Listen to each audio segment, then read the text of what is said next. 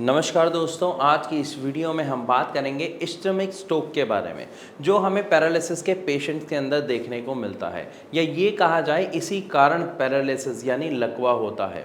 असल में क्या होता है, हमारे दिमाग पे बहुत सारी वेन्स हैं। अगर उनमें से किसी वेन में कोई खून का थक्का फंस जाता है जिसकी वजह से आगे जो ब्लड सर्कुलेशन है वो प्रॉपर नहीं हो पाता है, तो इसी को कहा जाता है इस्चेमिक स्ट्रोक। अब यहाँ पर एक सिचुएशन होती है अपने पेशेंट को बचाने की, या ये कहा जाए कि किसी को भी पैरालिसिस से बचाया जा सकता है अगर उसे इस्चेमिक स्ट्रोक हुआ है। तो कैसे? टीपीए का इंजेक्शन देके। टीपीए क्या होता है? एक ऐसा इंजेक्शन होता है जो आपके ब्लड को बहुत तेज़ी से पतला कर देता है, जिसकी वजह से वो जो क्लॉट होता है वो डाइल्यूट हो जाता है और आपके ब्रेन में जो ब्लड फ्लो रुक गया था वो प्रॉपर चलना शुरू हो जाता है। लेकिन इसके लिए टाइम ड्यूरेशन होती है, ये 3 से 4 घंटे के अंदर अंदर हो जाना चाहिए। अगर ऐसा हो पाता है तो हमें देखने को मिलता है जो पेशेंट है वो 90 to 95% क्योर हो जाता है, बच जाता है, उसे पैरालिसिस का सामना नहीं करना पड़ता, यानी उसे पैरालिसिस नहीं होता है। लेकिन अगर ऐसा नहीं हो पाता है कि समय रहते हमारे पेशेंट को ये ट्रीटमेंट नहीं मिल पाता है और उससे वो टीपीए का इंजेक्शन नहीं दे पाते हैं या डायग्नोज नहीं हो पाता है कि ये इस्चेमिक स्ट्रोक है, तो वहाँ पर कंडीशन क्या होती है? वहाँ पर फिर कंडीशन होती है कि ब्लड के आगे ना जाने की वजह से, यानी दिमाग को अपना खाना ना मिलने की वजह से दिमाग का वो हिस्सा डेड हो जाता है। तो यहाँ पे कई बार पेशेंट्स जो एक क्वेश्चन करते हैं कि सर अगर हम किसी तरीके से उस स्ट्रोक को हटा दे तो देखिए, एक बार जब दिमाग का हिस्सा डेड हो गया तो अब उसे ज़िंदा नहीं किया जा सकता। ये सेम ऐसे है कि किसी व्यक्ति की अगर मृत्यु हो गई तो आज के समय तक कोई ऐसी दवा नहीं है कि जिससे डॉक्टर उसे दोबारा ज़िंदा कर सके, राइट। उसी तरीके से हमारे दिमाग के साथ ये होता है कि अगर इस्चेमिक स्ट्रोक का इशू हुआ है और वहाँ पर दिमाग का हिस्सा डेड हो गया है तो उससे दोबारा ज़िंदा नहीं किया जा सकता। तो अब यहाँ पर बात आती है, अगर नहीं किया जा सकता तो फिर ऑप्शन क्या है?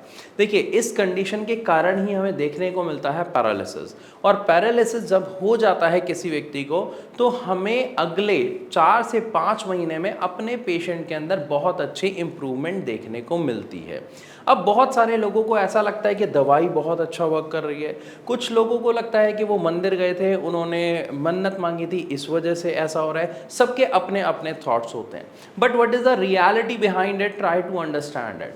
हमारे दिमाग में एक प्रोसेस होता है, इसको मैं ईजी लैंग्वेज में समझाता हूँ। अगर हम कहीं पर जा रहे हैं, जो मेन रास्ता है, अगर वहाँ पर जाम लगा हुआ है, वहाँ पर आगे जाने का रास्ता नहीं है, किसी कारण बंद है, तो क्या हम आगे नहीं जा पाएंगे? जाते हैं, हम किसी और रास्ते से जाते हैं, हम घूम के जाते हैं, राइट। इसी तरीके से हमारे दिमाग में एक प्रोसेस चलता है।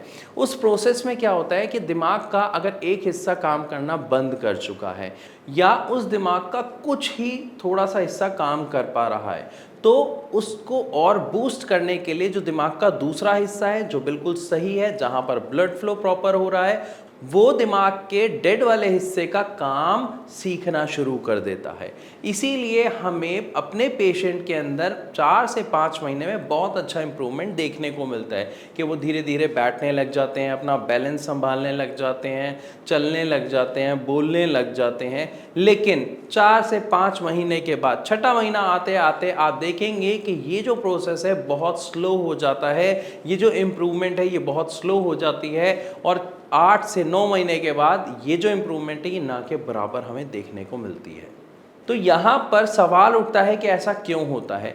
क्योंकि दिमाग को जो ट्रेनिंग पीरियड मिलता है वो 4 से 5 महीने का मिलता है। उसके बाद अगर हमें अपने दिमाग को दोबारा ट्रेन करना है तो हमारे दिमाग में जो प्रोसेस चल रहा था, जिसे डॉक्टर्स या मेडिकल लाइन में कहा जाता है न्यूरोप्लास्टिसिटी, उसे हमें बूस्ट करना होता है। लेकिन उसे बूस्ट करने का एलोपैथी में अभी तक कोई भी ट्रीटमेंट, कोई भी मेडिसिन नहीं है।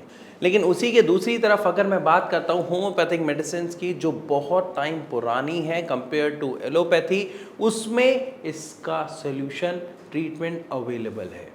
यानी पेशेंट को ऐसी मेडिसिन दी जाती हैं जिससे उसका न्यूरोप्लास्टिसिटी का प्रोसेस बूस्ट किया जा सके, ताकि हमारे पेशेंट के अंदर जो इंप्रूवमेंट आ रही थी वो दोबारा कंटिन्यू हो सके। तो यहाँ तक हमने क्या समझा कि इस्केमिक स्ट्रोक क्या होता है, पैरालिसिस क्यों होता है और कैसे पेशेंट को बचाया जा सकता है समय रहते, और अगर नहीं बचा पाए तो हमें क्या करना होता है। हो सकता है इस वक्त आपके मन में बहुत सारे सवाल आ रहे होंगे, आप उन सवालों को हम तक पहुँचाएँ ताकि हम उसका जवाब आपको दें। आप कमेंट के माध्यम से अपना क्वेश्चन हमसे पूछ सकते हैं या फिर नीचे दिए गए नंबर पर आप अभी कॉल करें। भारत होम्योपैथी के डॉक्टर्स की टीम है, वो आपका फ़ोन पिक करेगी, आपसे बात करेगी, आप अपना सवाल उन्हें बताओगे, वो आपके सभी सवालों का जवाब देगी, आपको सही परामर्श देगी, ताकि आप और आपके परिवार का वो सदस्य जिसको पैरालिसिस है वो भी खुश हो पाए, वो भी अपनी लाइफ इम्प्रूव कर पाए, उसके अंदर भी इम्प्रूवमेंट आ पाए और आपको भी लाइफ में खुशी मिल पाए।